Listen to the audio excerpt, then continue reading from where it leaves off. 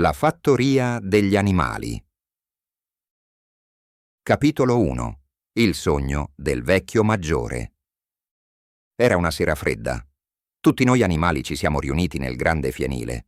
Il vecchio maggiore, il maiale più rispettato della fattoria, aveva detto di avere qualcosa di importante da dirci. Io ero curioso, ma anche un po' nervoso. Non succede mai niente di nuovo alla fattoria padronale. Maggiore è salito su una balla di fieno. Era stanco, ma i suoi occhi brillavano. Ci ha parlato della sua vita, delle fatiche, della fame. Ci ha detto che gli uomini ci sfruttano, prendono il nostro lavoro, il nostro latte, le nostre uova e poi ci buttano via quando non serviamo più. L'uomo è il nostro nemico, ha detto con forza. Dobbiamo ribellarci. Dobbiamo costruire una fattoria solo per gli animali, dove tutti sono uguali e liberi. Abbiamo ascoltato in silenzio, anche le galline. Poi Maggiore ci ha insegnato una canzone, Bestie d'Inghilterra. Abbiamo cantato tutti insieme. Per la prima volta ho sentito qualcosa dentro, speranza. Quella notte non ho dormito. Continuavo a pensare a quel sogno.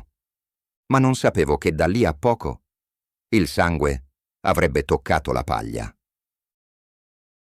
Capitolo 2. La ribellione. Il vecchio maggiore è morto 3 notti dopo. Lo abbiamo sepolto sotto un albero vicino al frutteto. Da allora qualcosa è cambiato in noi. Io ci pensavo ogni giorno. E se avesse avuto ragione. I maiali hanno iniziato a organizzare riunioni segrete. I più intelligenti erano 2. Napoleone, silenzioso ma deciso, e Palla di Neve, veloce di parola e pieno di idee. Hanno chiamato il loro pensiero animalismo. Ci spiegavano che dovevamo prepararci, che la ribellione sarebbe arrivata, ma nessuno sapeva quando. Poi è successo tutto in un attimo. Il signor Jones, sempre più ubriaco, ha dimenticato di darci da mangiare. Eravamo affamati. Una mucca ha sfondato la porta del granaio e noi l'abbiamo seguita. Jones è corso fuori con il bastone, ma stavolta nessuno è scappato. Abbiamo caricato insieme galline, cavalli, mucche, perfino le oche. Jones e i suoi uomini hanno mollato tutto e sono fuggiti. Non potevamo crederci. La fattoria era nostra. Abbiamo strappato le fruste, bruciato i collari. I maiali hanno detto: «Da oggi si chiama Fattoria degli Animali». Quella sera abbiamo cantato Bestie d'Inghilterra 100 volte.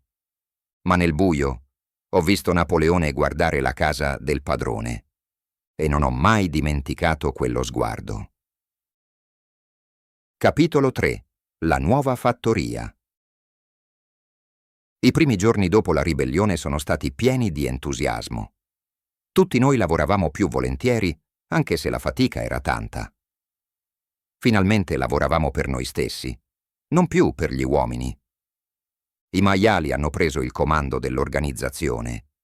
Dicevano che era giusto così, perché erano i più intelligenti. Palla di Neve ha insegnato a leggere e scrivere a molti di noi. Io ho imparato qualche parola, ma i cavalli e le pecore facevano più fatica. Abbiamo scritto i 7 comandamenti sul muro del fienile. Regole semplici. Tutti gli animali sono uguali. Nessun animale ucciderà un altro. Nessun animale dormirà in un letto. Ce li ripetevamo ogni giorno. Palla di Neve era sempre in mezzo a noi, ci motivava, ci aiutava. Napoleone invece parlava poco. Preferiva stare con i cuccioli di cane, li teneva separati, diceva che li stava educando. Un giorno abbiamo trovato i maiali mangiare il latte e le mele cadute dagli alberi. Boxer, il cavallo più forte, ha chiesto il motivo. Ci hanno detto che i maiali ne avevano bisogno per pensare meglio. Abbiamo accettato. Ma qualcosa ha iniziato a sembrarmi strano. E dentro di me ho sentito che stavamo dimenticando troppo in fretta, perché avevamo combattuto. Capitolo 4. La battaglia del recinto. Per qualche settimana tutto è andato bene. Gli uomini delle fattorie vicine ridevano di noi, dicevano che presto saremmo crollati. Ma dentro di me sapevo che ci temevano. Poi, una mattina d'autunno, è arrivata la notizia.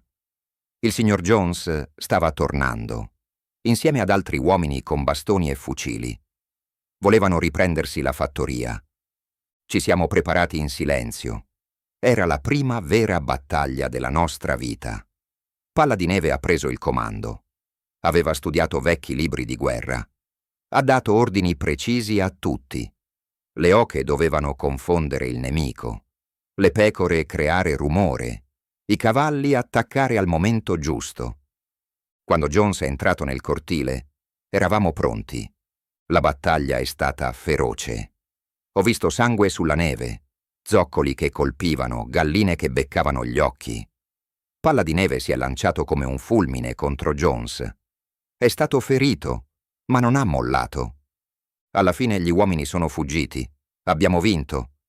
Abbiamo costruito una medaglia per i più coraggiosi. Palla di Neve era un eroe. Tutti lo ammiravano. Ma mentre festeggiavamo Napoleone non ha detto una parola. E ho notato che guardava Palla di Neve con un'espressione che non avevo mai visto prima. Capitolo 5. Il potere di Napoleone. L'inverno è arrivato con il fango e il gelo. Le discussioni tra Palla di Neve e Napoleone sono diventate sempre più forti. Ogni riunione finiva in litigi. Non erano più due leader, erano due nemici. Palla di Neve parlava spesso del mulino a vento. Diceva che ci avrebbe dato elettricità, che avremmo lavorato meno. Io ci credevo. Ma Napoleone diceva che era una perdita di tempo, che dovevamo pensare al cibo, non ai sogni. Poi è arrivato il giorno del voto. Tutti noi eravamo riuniti nel fienile. Palla di Neve stava parlando con passione, stava per convincerci. Ma d'improvviso Napoleone ha emesso un suono strano. E dal bosco sono arrivati 7 cani enormi. Si sono lanciati su Palla di Neve. Lui ha corso, ha saltato la finestra ed è sparito per sempre. I cani si sono messi accanto a Napoleone. Ora capivo perché li teneva nascosti. Quel giorno Napoleone ha detto che non ci sarebbero più state riunioni. Lui avrebbe preso tutte le decisioni. Boxer ha sussurrato: Napoleone ha sempre ragione. Io ho abbassato la testa. Ma nel mio stomaco ho sentito un freddo strano, più forte del vento di gennaio. Capitolo 6. Lavoro duro e bugie. Con l'arrivo della primavera, Napoleone ci ha detto che avremmo costruito il mulino a vento, lo stesso progetto che prima aveva criticato. Ma ora era diventata la sua idea. Abbiamo lavorato giorno e notte. Io e Boxer ci siamo spaccati la schiena. Lui ripeteva sempre: lavorerò di più. Lo diceva anche quando zoppicava. Nessuno ha mai lavorato tanto. Per trovare materiali, Napoleone ha iniziato a fare affari con gli uomini delle altre fattorie. Prima diceva che non avremmo mai avuto contatti con loro. Ora vendeva uova, comprava semi, faceva venire uomini a ispezionare la fattoria. I maiali ci spiegavano che era per il bene di tutti. Intanto i 7 comandamenti cambiavano. Ma nessuno di noi ricordava le frasi esatte. E i maiali dicevano: avete capito male. Una notte, una tempesta ha distrutto il mulino. Abbiamo trovato le pietre a terra, il muro crollato. Napoleone ha detto che era colpa di Palla di Neve, che era tornato di nascosto per sabotare tutto. Lo ha chiamato traditore e nemico dell'animale. Io non ero sicuro, ma avevo paura a dire qualcosa. E da quel giorno ho capito che nella nostra fattoria la verità era diventata un lusso. Capitolo 7. La paura e le punizioni. L'inverno è stato il peggiore di sempre. Faceva freddo, il cibo era poco. Alcuni giorni mangiavamo solo una manciata di paglia. Le galline hanno protestato. Non volevano più dare le uova da vendere agli uomini. Napoleone ha risposto chiudendo il cibo. Alcune galline sono morte di fame. Le altre alla fine si sono arrese. Intanto si parlava sempre di palla di neve. Ogni problema era colpa sua. Il vento, le tegole rotte, perfino un secchio rovesciato. Dicevano che era nascosto nei dintorni e lavorava contro di noi. Una sera Napoleone ha convocato tutti nel cortile. I cani tenevano tutti in silenzio. Alcuni animali sono stati costretti a confessare di aver aiutato Palla di Neve. Poi sono stati sbranati davanti a noi, uno dopo l'altro. Nessuno ha parlato. Nessuno ha protestato. Il sangue si è mischiato con la neve. Io tremavo.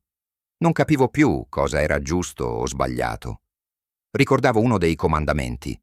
Nessun animale ucciderà un altro animale. Ma ora diceva, senza motivo. I maiali dicevano che c'era una buona ragione. Quella notte non ho cantato Bestie d'Inghilterra, perché dentro di me sapevo che il sogno era morto. Capitolo 8. I maiali diventano uomini. Dopo le esecuzioni, la paura ha preso il posto della speranza. Nessuno parlava più. Si lavorava in silenzio, testa bassa. Ogni tanto si spargeva la voce che Palla di Neve fosse stato visto, ma nessuno lo trovava mai.